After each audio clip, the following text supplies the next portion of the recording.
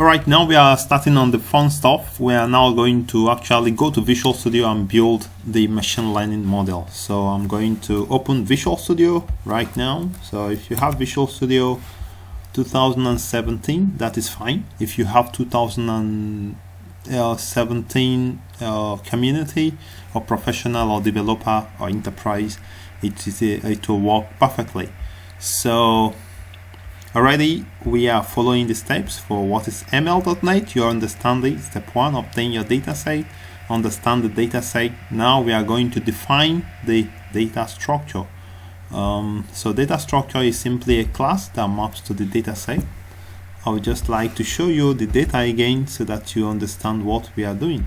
So this is the dataset. So you have how many columns? 1, 2, 3, 4, 5 columns, but these 4 columns represent the 4 columns of numbers represent the features. The 5th column represent the label or the class they belong. So this is a classification problem. So the first thing is to define our data structure. So we are going to create a class. Okay, first let's start a new solution. So create a new project.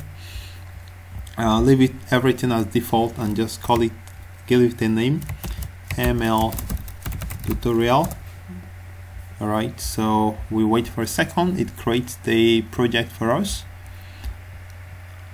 Alright, so what you are going to do next, take out this hello world from here, and that is fine. I would like you to add the Ml.NET package to this solution. So add Ml.NET package. To do it, right click on the project and say add and choose manage NuGet packages. Manage NuGet packages, and under search type ml.net and choose browse. When we go to browse, you find microsoft.ml. that is the name.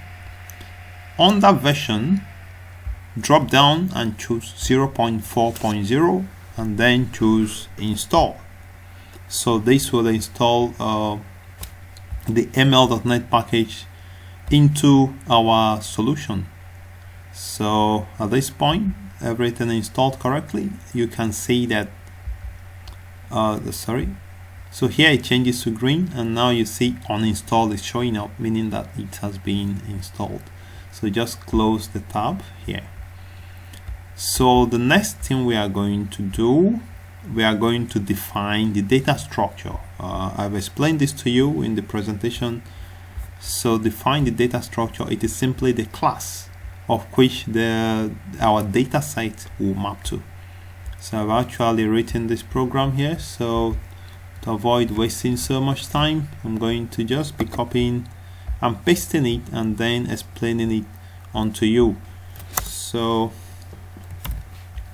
we have the class iris data, and it holds all the features as well as the label of the class. Here you have this arrow, just right click and just click on the light bulb and choose this Microsoft.ml.runtime.api, and that solves the problem. So this is a class that holds the features. We need now to create the class that will hold the label or the classes, right? Because in classification problem we have features and we use it to predict the class. So we are going to create a class that holds the class, and this class will just have one attribute, which is the class name or the label. I'm going to also copy. So this will be the class or the label. The model will predict where these features will belong to. So this is, I call it iris prediction. That is the name of the class. So given these features, make a prediction, right? Fine. So let's see the next step. We are going to, okay, maybe we can look into the PowerPoint so that we've done this. So I'm going to mark it as done. create a pipeline and load data. Pipeline is simply an object that we use to load data, transform the data, and also train the model. So to do that, I'm going to take it from here. I'm going to copy it, and then yeah. So now this creation of pipeline have to be inside the main program, because the first two codes we did was classes we are creating, but this pipeline is going to run inside the main program. Alright, so this I have done. Just right click, select the light bulb, and just say use Microsoft.ml. Hopefully it's going to also take out this, use Microsoft.ml.data. Yeah. Alright, let's build to see how far we are going. We build, and the build was successful. They succeeded, nothing failed. Now we are going to import the data into the solution, because remember I showed you that I have this data inside one folder, but I need to put it inside the project. So I'm going to right click on this and just say add. Let's say add existing item, and I'm going to go to my desktop wherever I save this. I'll take out this and choose all files and choose iris data and just say add. So at this point I've added it to my project.